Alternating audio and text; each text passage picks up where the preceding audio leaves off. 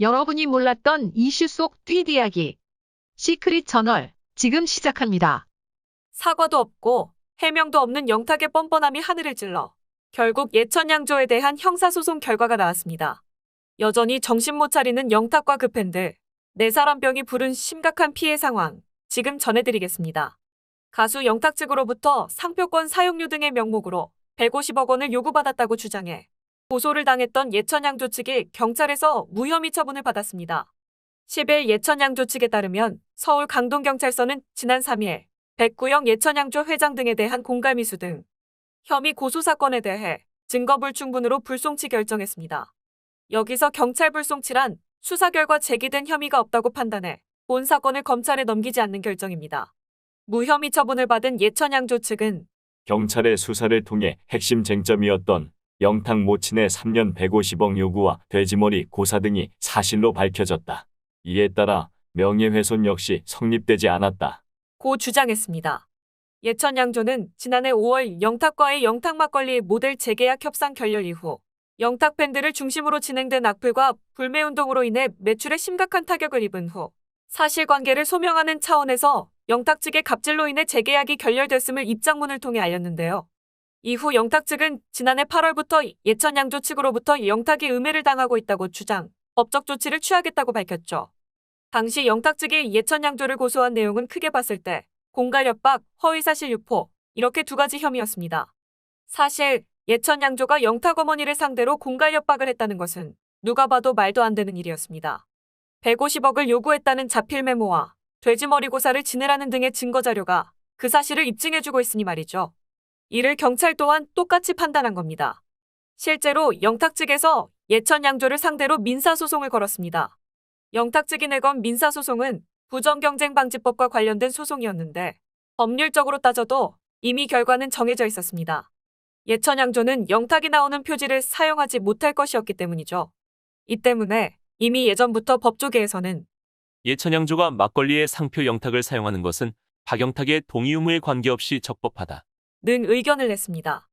또 광고 모델 계약은 예천양조가 박영탁을 광고 모델로 활용하기 위한 계약일 뿐 상표 영탁의 사용에 관한 계약이 아닌 바 광고 모델 계약이 종료됐다고 해도 예천양조가 박영탁 측으로부터 상표 영탁에 관해 라이센스를 설정받고 박영탁에게 로열티를 지급해야 할 법리적 이유가 없어 보인다.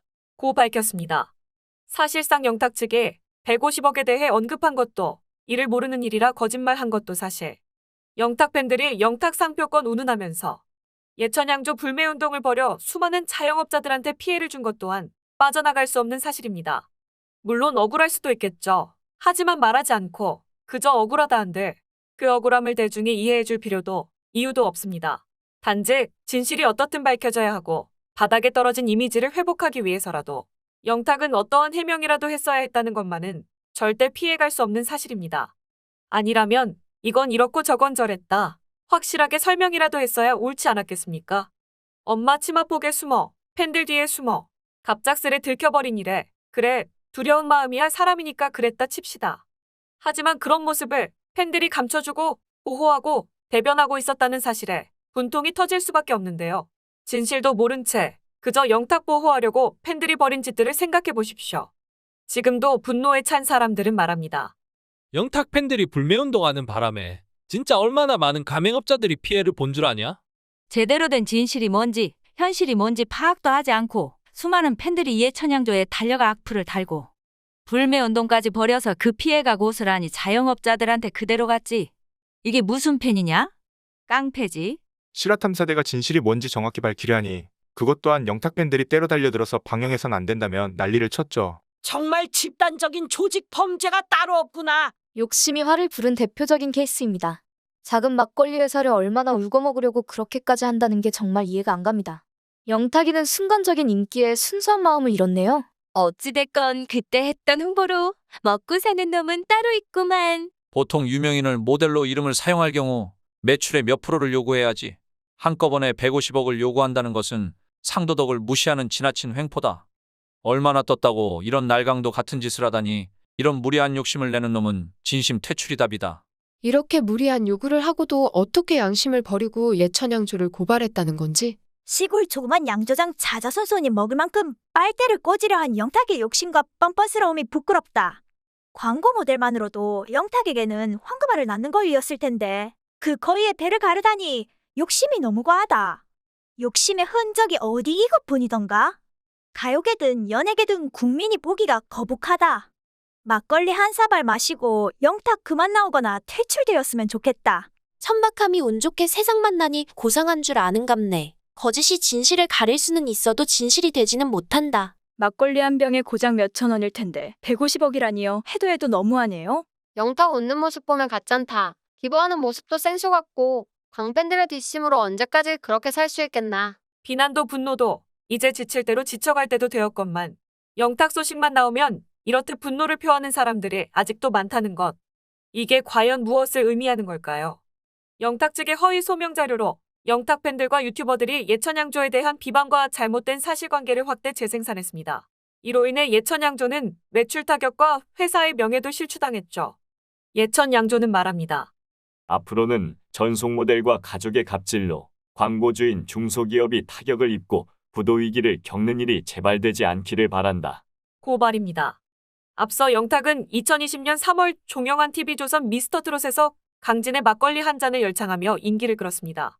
이후 영탁은 같은 해 4월 예천양조와 영탁 막걸리 1년 광고 모델 계약을 맺었죠. 하지만 이 계약은 영탁과 예천양조의 모델 재계약 협상이 결렬되면서 지난해 6월 종료됐습니다. 예천양조는 이후 영탁 팬들을 중심으로 악플과 불매운동이 계속되면서 매출 타격을 입었습니다. 이에 예천양조 측은 영탁 측이 회사 성장 기여도 및 상표권 사용료로 150억 원을 요구했으며 영탁의 모친이 돼지머리를 묶고 고사를 지내라고 했다.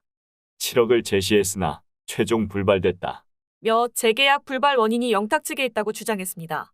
그러나 영탁 측은 법률 대리인을 선임하고 이 주장이 허위라고 반박했고 이후 영탁 소속사는 같은 해 9월 백 회장 등을 허위사실 유포에 의한 명예훼손, 공갈미수 혐의로 형사고소했습니다. 이후 경찰은 피고소인인 백 회장 등 회사 관계자와 영탁의 어머니 등을 직접 조사한 끝에 3개월 만에 불송치 결론을 내렸습니다.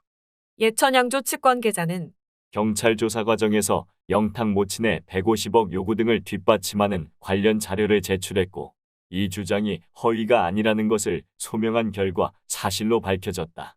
일평생을 바쳐 이룩한 예천양조의 명예가 조금이라도 회복된 것 같아 위안이 된다.